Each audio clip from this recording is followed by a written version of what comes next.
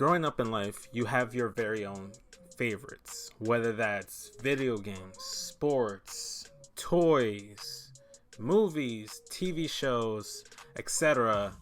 And that's no different here in wrestling. And wrestling is very subjective. We've had wrestling longer than I've been, even conceived. And given all that, it's pretty hard to nail down the top 10 best pro wrestlers in the history of pro wrestling. But I'm here to try, or at least give you guys my personal favorites of all time. How's it going, guys? My name is SCS Vince from the Smack Raw podcast, and these are my top 10 favorite pro wrestlers of all time. Number 10, Kazuchika Okada. This is a guy that I recently got introduced to, I want to say 2015, maybe 16, around the time where NXT started to be a mainstay on the WWE network, with guys like Shinsuke Nakamura and Finn Balor and Hideo Itami and even the likes of Asuka. You start to wonder, well, hey, who are all these incredible athletes that spent their time in the land of the rising sun? Kazuchika Okada is basically the GOAT of GOATs over there in New Japan Pro Wrestling. It has put on banger and stellar matches time and time again with the likes of a Shinsuke Nakamura, and AJ Styles, Kota Ibushi, Tetsuya Naito, and of course Kenny Omega. Who can forget the classic trilogy of Okada versus Omega? Everyone was of the opinion and belief that Kenny Omega was the best bout machine over in New Japan, but I'm here to tell you differently. It's Kazuchika Okada. Okada, consistently, he's the face of that franchise. He transcends pro wrestling over there in New Japan, and even coming over to the States. Going back to right here, this all-in poster that I have in my back wall right here, his match against Marty Scurll at All In was the best match of the goddamn show. You put this man in with just about anyone and he's gonna give you a 5-star classic, if Dave Meltzer is to be believed. He's the reason why I kind of want to be blonde. I'm not gonna lie to you guys, I wish I was blonde, and it's all because of Okada. This guy is what dream matches are made of, and I can't say enough great things about him. Number 9, Kane. Now, most people growing up, they were huge fans of The Undertaker. How could you not be? The guy rolled his eyes back. He was a dead man. He was a biker. He hung a policeman from the top of a Hell in a Cell. He abducted Stephanie McMahon. He's done unspeakable things. And if you crossed Teddy Long, you would have to go one-on-one with The Undertaker. However, I'm here to tell you that he is not the best brother of destruction. That, my friends, is Kane, of course. This man is versatile, he is charismatic, he's great, he's terrifying, all of the above. Anything you can think about to describe Kane, he's probably that and then some. From his initial debut at Bad Blood inside the original Hell in a Cell, I was hooked. I think that was actually the very first pay-per-view that really got me into wrestling, was Kane's debut. Kane, whether it was his initial run or his badass 2001 run where he looked like a jacked guy and looked like he should have been WWE champion at that point. He should have won that Royal Rumble. I don't give a fuck what anybody says. He should have won the Royal Rumble over Stone Cold Steve Austin. Don't at me, okay? He's had so many great tag teams, whether it's RVD, X-Pac, Daniel Bryan, Big Show, even his own brother, The Undertaker. Kane has been great in just about anything you use him. When he removed his mask, it was such an iconic moment from my childhood, because I never thought I would see that man unmasked. And then he went crazy, psychotic Kane. He electrocuted Shane McMahon's testicles. He set Jim Ross on fire.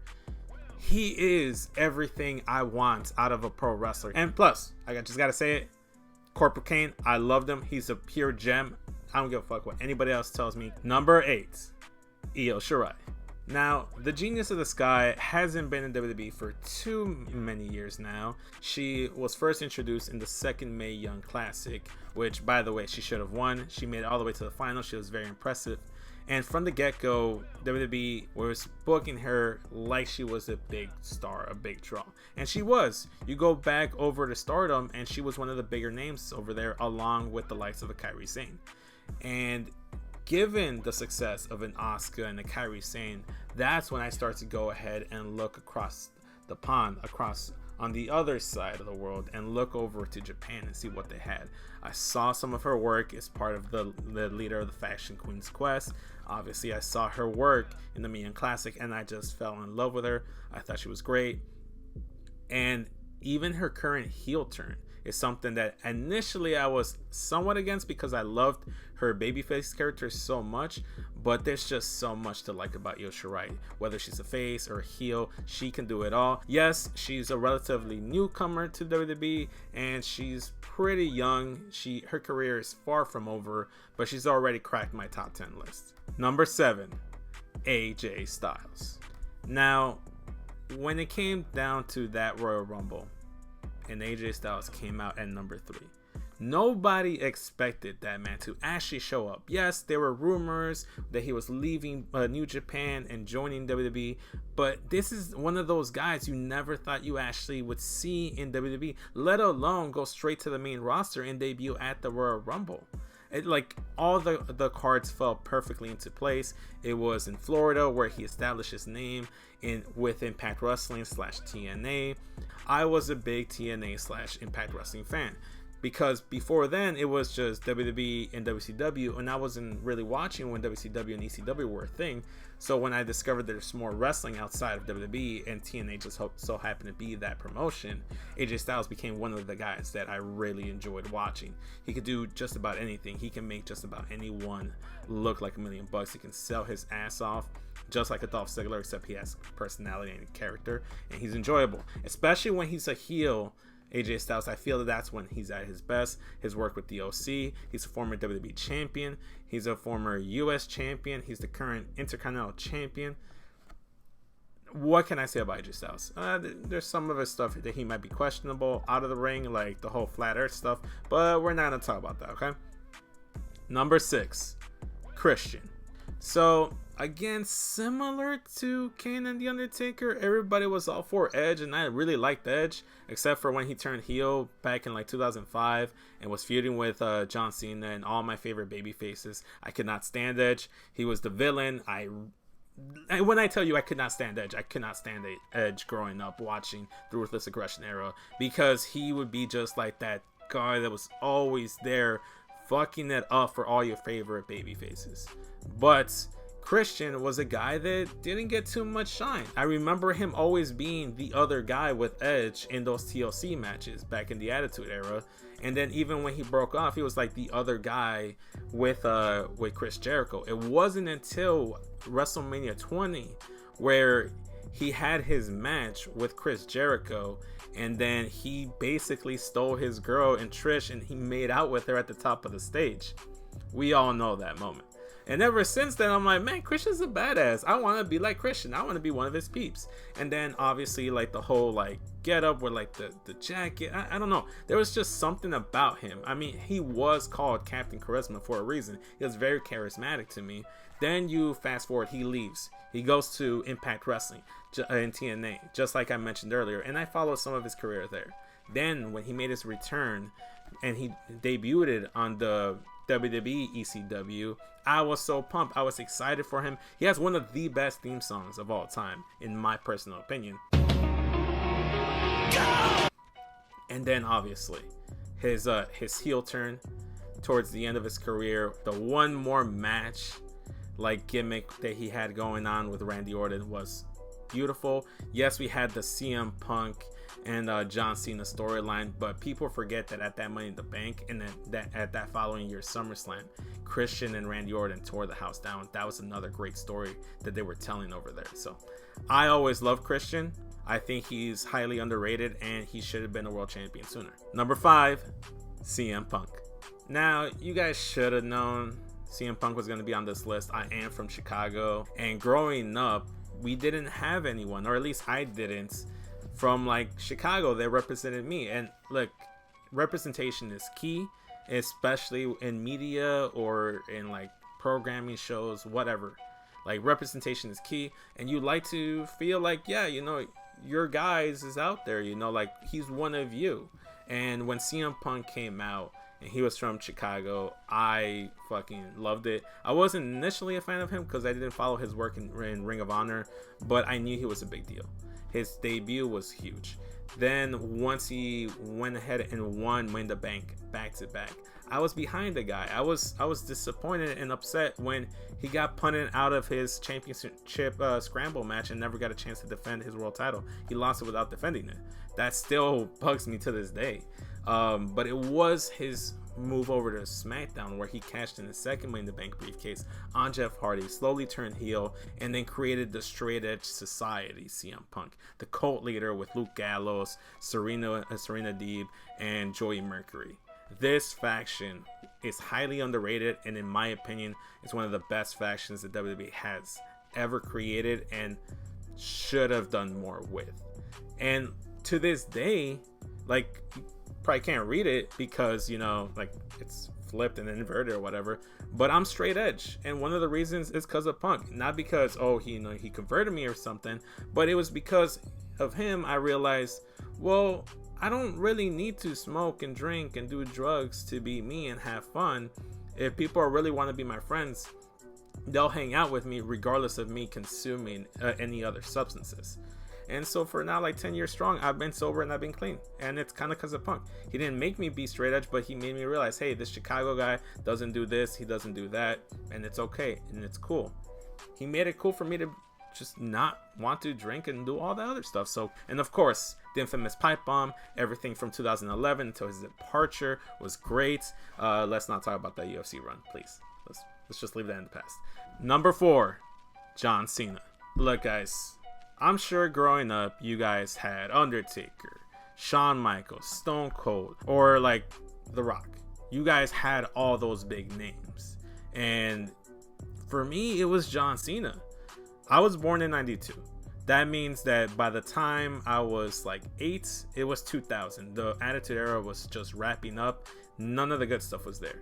By the time I had cable, I knew what channel Monday Night Raw was. I knew what channel SmackDown was on. And I knew what pay-per-views were even a thing. The guy growing up was John Cena. And as like you guys may or may not know, but I'm a huge hip-hop kind of guy. One of my favorite rappers of all time is Eminem. And sure enough, I miss John Cena's whole generic like character guy. I was introduced to John Cena when he was rapper Cena, Thugonomics John Cena, and I thought that was the coolest thing ever. One thing that I loved outside of wrestling, hip hop, was now being showcased on another thing that I enjoy in pro wrestling, and it just went hand in hand. Yes, there was a spell there after he won the WWE title where everybody turned on him, but I still love the guy. It wasn't until when he beat Rey Mysterio in 2011 for the WWE title on Monday Night Raw.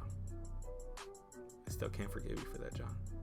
Other than that, he's been great. He's golden. His US Open Challenge has been fantastic. Can't really like complain anything about John. He's just really, really good. He's a 16-time world champion. He's done it all except win the Intercontinental Championship. I love this man. I miss him every day he's not on TV anymore. And I just want to thank John Cena because he's the fucking GOAT. Number 3, Rey Mysterio. Okay, look. We've talked about my era. Obviously, at this point, you guys knew I grew up in the Ruthless Aggression era, and I've been steadily watching wrestling ever since. I used to watch a lot of the Attitude Era stuff, but it was never live. It was via, like, DVDs that I would buy or VHSs. Yes, those were a thing at the time, VHSs. But look, I'm Latino, I'm Mexican, and lucha libre has always been a big deal with like the Mexican culture.